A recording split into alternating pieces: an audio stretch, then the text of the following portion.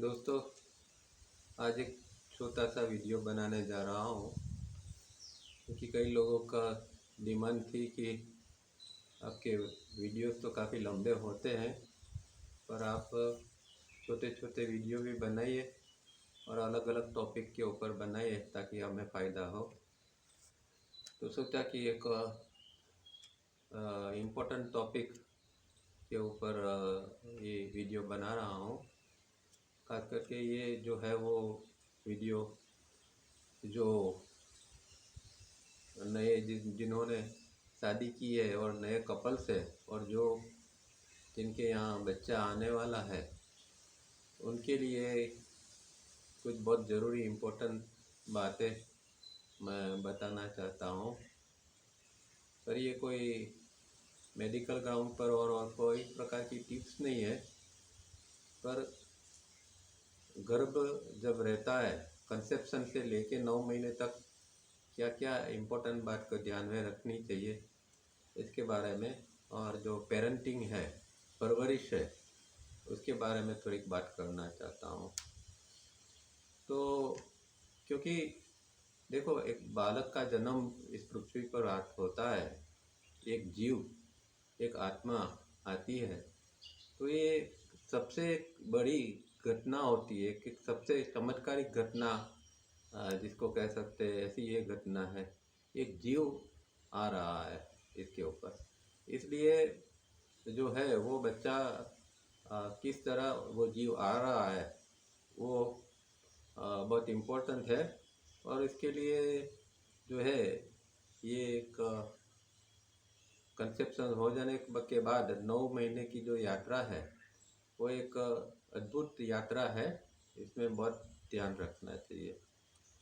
और अब तो साइंस ने इतनी तरक्की कर ली है कि अ, बच्चे का विकास किस तरह अंदर हो रहा है गर्भ में, उसके पल पल की जानकारी साइंस ले सकता है, और किस तरह विकास फिर कौन से अंगों में कौन से महीने में होता है, ये सब भी साइंस जान सकता है।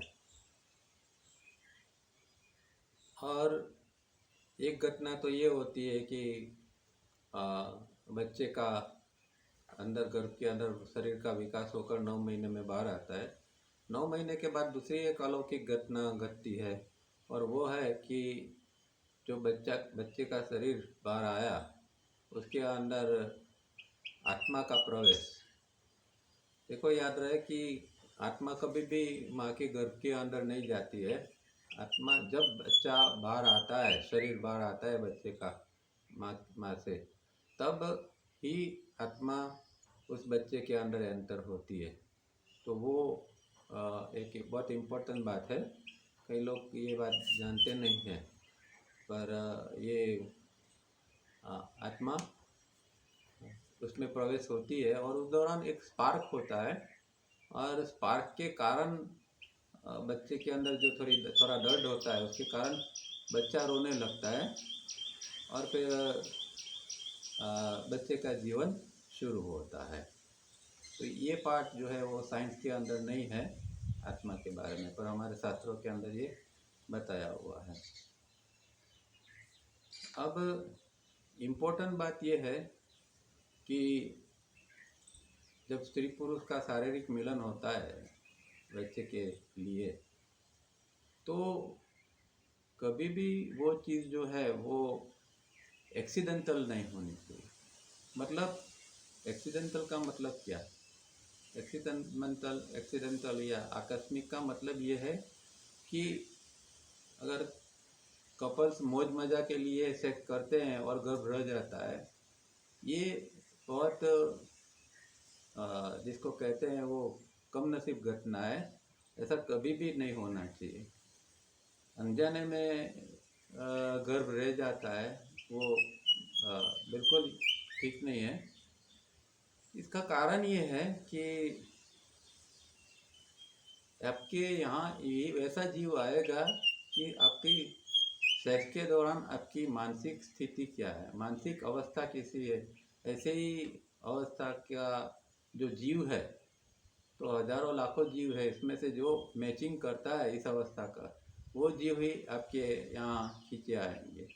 तो उस दौरान काफ़ी मानो कि उत्तेजना है, मौज मज़ा का भाव है या कामुकता ज़्यादा है, तो फिर इस तरह का जीव ही आपके यहाँ खींच के आएगा। अब आपको ये तय करना है कि आपको किस प्रकार का जीव चाहिए।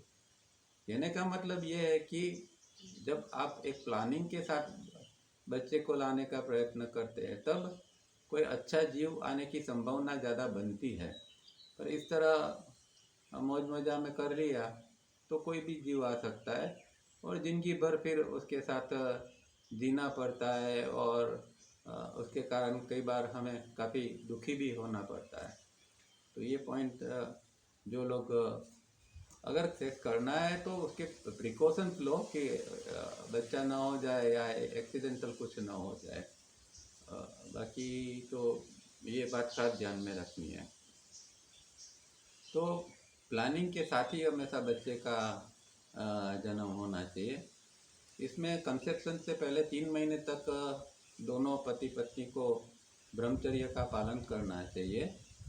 उसका कारण ये है कि आयुर्वेद कहता है कि जब 3 महीने तक ब्रह्मचर्य का पालन करते हैं तो स्त्री पुरुष का जो वीर्य और रज है वो एकदम मजबूत हो जाता है। उसके अंदर एक प्रकार का मैग्नेटिज्म डेवलप होता है और ये मैग्नेटिज्म जो है वो आने वाला जो बच्चा है उसकी शारीरिक और मानसिक स्थिति के लिए ये मैग्नेटिज्म बहुत इम्पोर्टेंट है। और वो बच्चा जो है एक मैग्नेटिक पर्सनालिटी मतलब एक आकर्षक व्यक्तित्व वाला बन सकता है।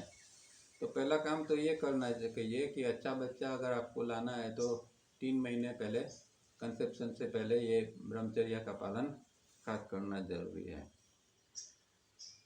दूसरी बात यह है कि कई कपल्स सेक्स के दौरान बहुत वायलेंट हो जाते हैं, एक दूसरे को शरीर को हानि भी पहुंचाते हैं। तो अगर ऐसी स्थिति में मान लो कि कोई जीव प्रवेश करेगा तो वो कैसा होगा? उस स्थिति में तो वही वही जीव आएगा कि जिसके अंदर भी ऐसी हिंसा जुनून पड़ा हुआ है, ऐसा ही जीव खींच के आएगा ना। तो ये पॉइंट भी खास ध्यान में रखना है कि अगर आप बच्चे को लाना चाहते हैं तो आपकी मनोस्थिति जो है वो बहुत अच्छी शांत होनी चाहिए। नहीं तो फिर जैसी स्थिति होगी मैंने बताया इस तरह अगर आप आपके अंदर ये सब हिंसक भाव है या एक ज़्यादा ओवर फोर्स है तो फिर ऐसे बुली स्वभाव वाले जो जीव है वो खींच के आएंगे और फिर सारी ज़िंदगी आपको ऐसे बच्चे के साथ जीना पड़ेगा और बहुत तकलीफ भी उठानी पड़ेगी। तो सेक्स जब होता है तो ऐसा खुशनुमा वातावरण होना चाहिए और दोनों का एक प्रेयरफुल मूड होना चाहिए कि जिसके द्वारा इनकी मानसिक स्थिति के अनुरूप कोई जीव आ सकता है। क्योंकि ये कोई सामान्य घटना नहीं है। हम एक आत्मा को एक जीव को आने का एक इनविटेशन देते हैं, एक आह्वान करते हैं। तो एक बहुत गंभीर बाबत है और बहुत सोच समझकर इसको करना चाहिए। अब जब कंसेप्शन हो जाता है मतलब गर्भ रह जाता है, इसके 9 महीने तक माँ बाप को बहुत समझ के सारी चीज़ों को करना पड़ता है। समझो कि एक प्रकार की दोनों की एक कसौटी है। 9 महीने तक तो है ही, उसके बाद में भी है, पर 9 महीने उनको दोनों को एक डिसिप्लिन में रहना पड़ता है या रहना चाहिए। क्योंकि और ख़ास करके माँ जो है उसको तो और ज़्यादा संभलना चाहिए क्योंकि माँ जो भी करेगी, इवन जो कुछ सोचेगी, वो भी सारी चीज़ों का प्रभाव ये गर्भ के ऊपर पड़ता रहता है। क्योंकि गर्भ जो होता है वो काफ़ी सेंसिटिव होता है और आजकल तो साइंस ने इसके ऊपर काफ़ी प्रयोग किए हैं। तो उसमें भी हमें बहुत कुछ जानना मिलते हैं। जैसे कि एक प्रयोग किया था तो 6-7 महीने का गर्भ था, तो वो माँ की आवाज़ को पहचान लेता था, दूसरी आवाज़ों को भी सुन सकता था और कभी ज़ोर से आवाज़ आती थी तो वो गर्भ चौंक जाता था एकदम, या कोई उत्तेजना वाली म्यूज़िक चलती थी तो उसके अंदर भी उत्तेजना आ जाती थी और कोई शांत म्यूज़िक, लाइट म्यूज़िक चलता था तो वो शांत हो जाता था। इस तरह बच्चा का मतलब जो गर्भ होता है वो एकदम सेंसिटिव होता है, और हम जो करते हैं खास करके माँ बाप और आजू बाजू का वातावरण, पर माँ की स्थिति इसमें बहुत इम्पोर्टेंट होती है। तो उसको माँ को बहुत बैलेंस रखना पड़ता है, शांत रहना पड़ता है, और ऐसी चीज़ें नहीं करनी चाहिए जिससे कि वो गर्भ उत्तेजित अवस्था में या कोई दूसरी डर की अवस्था में, क्योंकि कभी कभी क्या होता है कि जो पति पत्नी है वो झगड़ते हैं, तो ये 9 महीने के दौरान बिल्कुल उनको झगड़ना चाहिए, क्योंकि अगर झगड़ेंगे तो उसमें माँ को टेंशन होगा, तो वो टेंशन बच्चा भी महसूस करता है, बच्चा भी टेंशन में आ जाता है। और कभी माँ को डर लगता है तो बच्चे के अंदर भी वो डर का संस्कार वहीं से बैठ जाएगा। तो ये सारी चीज़ें, गलत चीज़ें ये गर्भावस्था के दौरान घर के अंदर, बच्चे के अंदर ना आए, इनका इन लोगों को खास ख्याल रखना है। तो झगड़ा वगैरह जो है इनसे खास दूर रहना है। और एक प्रयोग में ये भी देखा गया था कि जब माँ बहुत टेंशन में आ जाती थी तो बच्चे का हृदय भी जोर से दबकने लगता था। तो ये सब प्रूव्ड बात है, इसीलिए हम जितना भी ध्यान रख सकते हैं उतना ज़्यादा ध्यान इस पीरियड में रखना है। तीसरी बात यह है कि गर्भावस्था के दौरान माँ को जो है वो ज़्यादा इमोशनल नहीं बनना है, क्योंकि अगर वो ज़्यादा इमोशनल बनेगी तो वो बच्चे के ऊपर उसका वही प्रभाव पड़ेगा। जो बच्चा आएगा वो ओवर सेंसिटिव आएगा, तो फिर वो सारी ज़िंदगी दुखी होगा। तो इसलिए इमोशंस जो है वो माँ का कंट्रोल होना चाहिए, और इसीलिए उनको ध्यान रखना है कि कोई ऐसे टीवी के प्रोग्राम है या ऐसा कोई पिक्चर है ना देखे कि जिसके अंदर ज़्यादा इमोशनल है या एक्साइटमेंट है। ऐसी चीज़ों से माँ को खास दूर रहना चाहिए, और उस दौरान उसको अच्छा पढ़ना, सुनना वगैरह चाहिए, लाइट म्यूज़िक सुनना चाहिए। और कई लोगों को उस दौरान चटपटा खाने का बहुत जीव होता है, तो उससे भी थोड़ा बचना चाहिए।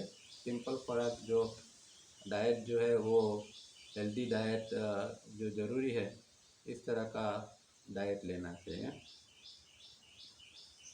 फिर दूसरी बात ये है कि अब गर्भ रह गया उसके बावजूद भी कई कपल जो है वो सेक्स करते रहते हैं।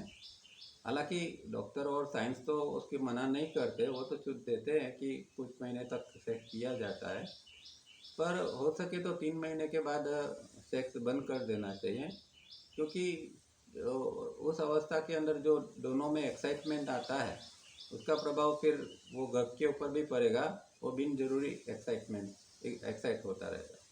देखो, दो शब्द है और हमारे जीवन में बहुत काम के हैं, और सिर्फ ये गर्भावस्था की बात नहीं है पर पूरी जिंदगी। एक है उत्तेजना और एक है संवेदना। तो हम जीवन उत्तेजना से जीते हैं कि संवेदना से जीते हैं? अगर जीवन में हर प्रसंग में हम संवेदना से जीते हैं तो एक अलग चीज़ बन जाती है, और उत्तेजना से जीते हैं तो एक अलग इसका परिणाम आता है। तो ये बहुत इम्पोर्टेंट है कि आप किस तरह जीते हैं। तो ये गर्भावस्था के दौरान माँ को खास उत्तेजना में नहीं पर संवेदना के साथ जीने का प्रयत्न करना है। अब जो मानो कि बच्चा 9 महीने के बाद जो आया है, अब उसकी परवरिश के ऊपर खास ध्यान देना है, और उसके लिए 3 पीरियड जो है बच्चे की लाइफ के शुरुआत के, वो बहुत क्रिटिकल पीरियड है, उसमें माँ बाप को खास ध्यान रखना है। पहला तो जन्म से लेके 3 साल तक का बच्चे का, दूसरा है 3 साल से 7 साल, और फिर 7 साल से 14 साल तक का। तो ये पीरियड्स के अंदर बच्चों के ऊपर ज़्यादा से ज़्यादा ध्यान देना ज़रूरी है। उसमें भी खास पहले 3 साल और फिर 3 से 7 साल, और हो सके तो बच्चे को कभी भी ये इन सालों के अंदर अकेला नहीं छोड़ना है। कम से कम माँ या बाप दोनों में से एक व्यक्ति को तो हमेशा हाजिर रहना ही चाहिए, नहीं तो जो बच्चा है वो एक अकेलापन महसूस करता है, और ये अकेलापन की भावना इसके अंदर इतनी दृढ़ हो जाती है कि फिर ज़िंदगी में वो कभी उसको निकाल नहीं सकता, चाहे कितनी भी कंपनी में कि दूसरे लोगों की कंपनी में वो जिएगा, दूसरे लोगों के साथ में जिएगा, फिर भी जो है वो ये उसके अंदर ये जो एक अकेलापन का जो भाव आ जाता है उसको फिर निकालना बहुत मुश्किल हो जाता है। और उस दौरान ज़्यादा से ज़्यादा बच्चों को प्रेम देना चाहिए, क्योंकि प्रेम ही एक ऐसी चीज़ है कि जो बच्चा ज़िंदगी भर माँ बाप के साथ फिर बंधा हुआ रहेगा। तो इसलिए ये ये पीरियड में बहुत माँ बाप को ध्यान देना है और उसके लिए कुछ सेक्रीफाइस भी करना पड़ेगा, क्योंकि अभी आजकल तो क्या है कि माँ बाप दोनों ज़्यादातर सर्विस पर जाते हैं, बाहर जाते हैं, कमाने के लिए जाते हैं, तो बच्चा अकेला पड़ जाता है, या तो फिर घर में जो बुज़ुर्ग लोग होते हैं उनको सौंप कर जाते हैं, या कई लोग तो आया वगैरह को के ऊपर भरोसे छोड़ के जाते हैं। ये बिल्कुल सही नहीं है। इसके लिए माँ और बाप दोनों में से एक व्यक्ति का हमेशा हाजिर होना ज़रूरी है, नहीं तो इसका दुष्प्रभाव जो है वो बच्चे के ऊपर बहुत ज़्यादा रहेगा। और इसके लिए जो कुछ कॉम्प्रोमाइज़ करना है, किस तरह आप सर्विस को सेट कर सकते हैं या शिफ्ट में काम कर सकते हैं, वो आपको देखना है। पर अगर आप ऐसा समझते हैं कि हम दोनों कमाएंगे तो बच्चे की अच्छी परवरिश होगी, पर ये गलत है, क्योंकि जो अकेलापन और प्रेम के अभाव में बच्चा जो गंवाता है, उससे जो वो दुखी होता है, वो फिर आप ज़िंदगी भर की कोई खुशी उसको वो भरपाई नहीं कर सकती है।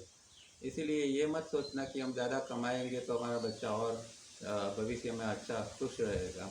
वो जो वो उस समय गंवाता है इस पीरियड में, वो ज़िंदगी में फिर कभी भी वो उसकी भरपाई नहीं हो सकती है।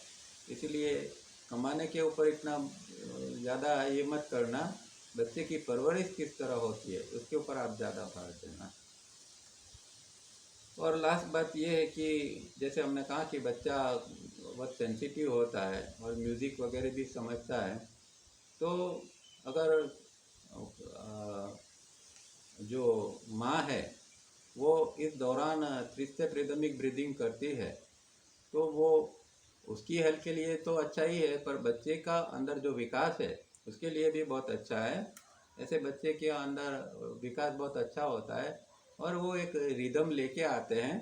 तो फिर जब वो बाहर आते हैं और थोड़े बड़े होकर जब रिदम का ये सीख जाते हैं, अभ्यास करते हैं, तो जीवन में उनको बहुत मदद करती है। दूसरे के बदले में वो जल्दी रिदम पकड़ लेते हैं और जो बैलेंस में जीवन जीना है वो बैलेंस में जीवन जी सकते हैं। इसलिए पूरे हो सके इतने 9 महीने में जितना हो सके इतना माँ को ये 3 स्टेप रिदमिक ब्रीदिंग 3 SRB खास करना चाहिए। इससे दोनों को बहुत फ़ायदा है। लास्ट में फिर से वही बात कह रहा हूँ कि कोई भी बच्चे का जन्म कभी भी एक्सीडेंटली नहीं होना चाहिए। अगर बच्चे का जन्म प्लानिंग के साथ में और अच्छी अच्छी मानसिक स्थिति के अंदर एक कोई अच्छा आत्मा को बुलाने की एक तैयारी के रूप में करते हैं, तो ये एक समाज ये और पृथ्वी का जो वातावरण है वही बदल जाएगा। आज जो एक समाज के अंदर हिंसात्मक भाव है, जो एक जो समाज एक जिस तरह जा रहा है, उसके लिए जो जीव आ रहे हैं उसका बहुत बड़ा एक इसमें रोल है। तो हम जिसने अच्छे बच्चे को अच्छे जीवों को बुलाएंगे और उसके द्वारा समाज का निर्माण होगा, तो समाज एक बेहतर होगा। तो ये खास ध्यान में रखें कि मौज मजा करते करते कोई जीव कोई बच्चा ना आ जाए, उसका खास ध्यान रखें। Thank you.